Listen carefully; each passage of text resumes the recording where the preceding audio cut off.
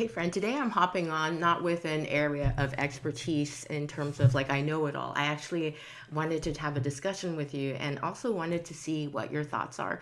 So the question is, are you really able to heal from burnout? Is a woman midlife dealing with so much stress? We're, empty nesters are taking care of our kids, and we've got our parents getting sick, and so we're having to be a caregiver for them and realizing that this isn't going to be sort of resolved, right? They're going to continue to decline. That's how aging happens often, right? And then we're dealing with transitions in terms of maybe our work situation.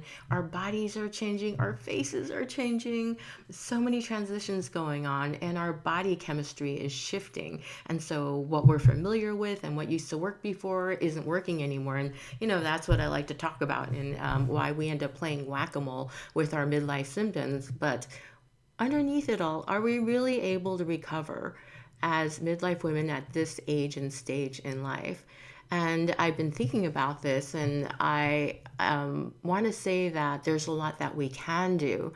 And I think it's actually a journey back to finding ourselves again, finding our peace, calming our nervous system, practicing true self care, because a lot of us have different ideas about what that means. But what I like to share are the very easy foundational things. What does a female midlife human body need? And to give it to ourselves, because it's not the fancy stuff, it's not the expensive gadgets. Although I'm not slamming them. If you love those gadgets, then go with it. I like my infrared sauna, and I love a bunch of other little like red light therapy and things to help with binaural beats. I love that. But a lot of these foundational things are basically what you need in a human body, and they include hydration, they include being out in nature, getting morning sunshine, getting daytime sunshine from that vitamin D and circadian regulation. These things are things that I've been told sometimes by clients, I don't have time for this. So then we talk about like why, and we talk about that it's not so much the information, but the why, in terms of, why is it helpful? Because I think when there's an understanding about why it's helpful, I was just talking to another podcaster about it. Her name is Katerina, Advantage Podcast. But when you understand the why, then you have more of a motivation to do the what. And so, that I think is super powerful. And that's why I love to talk about these things, because a lot of the things that we do to recover from burnout and feel good again are not sexy. But what I like to say, as I've been thinking about it, the results are sexy because your hormones come back online. What could be sexier than that? You actually have a libido that comes back online. You have energy, and you feel good about yourself. Good moods come back online. Neurotransmitters, the feel good chemicals that your body is able to generate, they aren't be able to come back online when you're depleted. And so when you start getting that energy and getting what your body needs, you feel like yourself again, and you rediscover, the joy that you used to have in life, and the feeling of like endless energy and tons of possibility. With that said, coming back to, can you recover from burnout? I think that it can take time, and you can see bursts of it as you're on your recovery journey. But the thing I think is important to know is that life happens, and sometimes it will knock you down a few steps. And so even for me, a couple of weeks ago, I made some decisions. It was a conscious decision, but later on, I thought, well, let's reassess what I will do next time. But I totally exhausted myself, and all of the symptoms of burnout came crashing down over me, and I really had to, take a pause and reestablish I was traveling, health routines, my healthcare routines, and so much.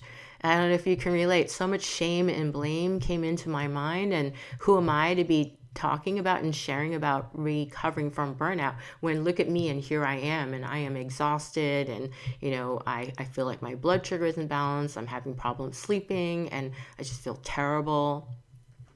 But the key is that when you know what your body needs, and you know how to pick yourself up and continue on and do the things that's healing and enlivening, that's able to recoup your energy, I suppose I would say it's not about never feeling exhausted again. It's not about recovering and healing forever from burnout.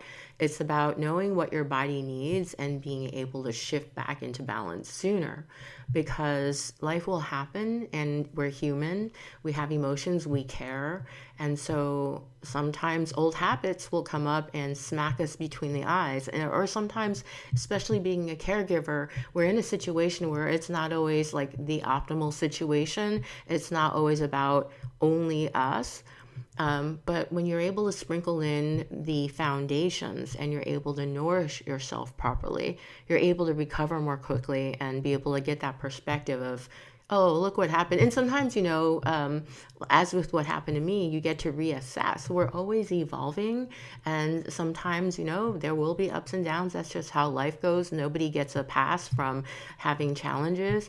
And with somebody who has a history of burning out, it gives us a doorway, an opportunity start understanding our patterns, to understand not only habitual patterns and tendency to try to reach out and care for other people, maybe put yourself last, and try to keep other people safe, and being a people pleaser, or none of those are horrible things. I mean, some of my favorite people actually embody a lot of this, but then to also factor yourself into the equation of care, that is the missing piece.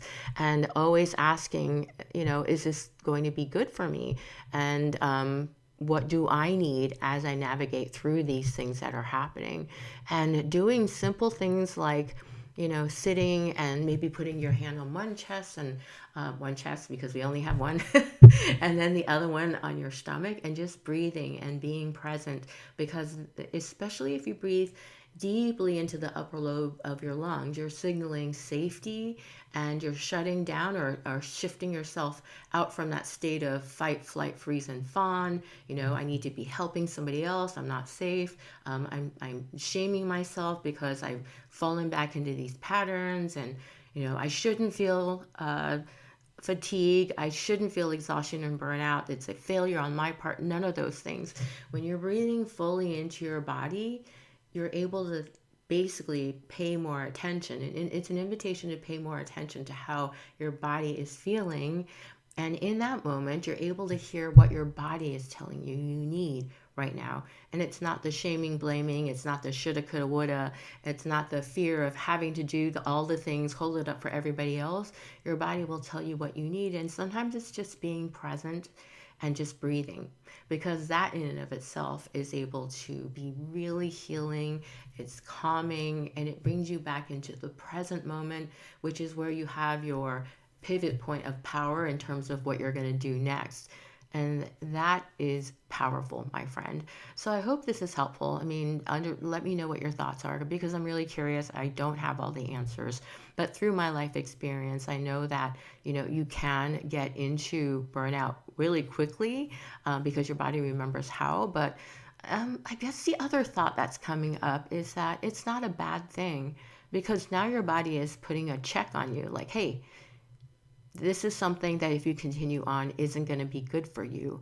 And so you're able to hear it more quickly and more loudly and respond, so that you don't spiral down and fall back into a place of burnout where it's harder to recover.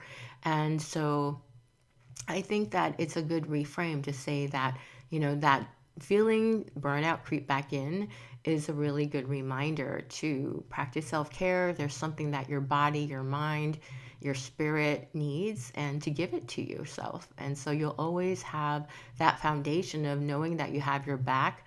The more you do this and come back into, like, what do I need? How do I support myself? There's this talk about self love, self respect. Um, I think that you can strive to feel that way, but I think it's in these actions of having your back, and the experiential process of seeing how you continue to show up for yourself, nurture yourself, and take care of yourself in these subtle ways, that builds that sense of self-trust, safety, and self-love. Look, you've been taking care of everybody else. Look around you and look at the people you've kept safe and happy and well your entire life. What will happen for you and yourself if you involve yourself in the equation of care?